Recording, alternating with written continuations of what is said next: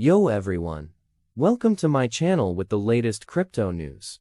Bitcoin takes a hit, then bounces back after big scare. In crazy world news, Bitcoin prices went on a roller coaster ride this weekend. Things started out rough when reports of missile strikes from Iran against Israel sent shivers down everyone's spine. With traditional stock markets closed, crypto traders were the first to react, and Bitcoin took an 8.2% nosedive. But hold on, after some initial panic selling, Bitcoin clawed its way back up by as much as 8.3% on Sunday morning.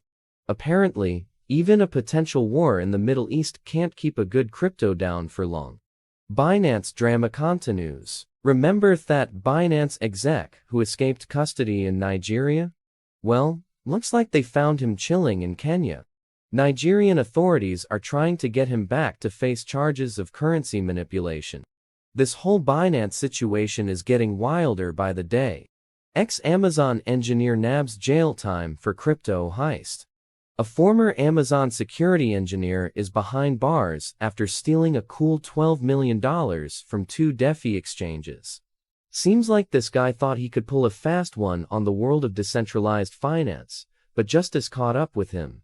He's sentenced to 3 years in prison and ordered to pay back all the stolen cash.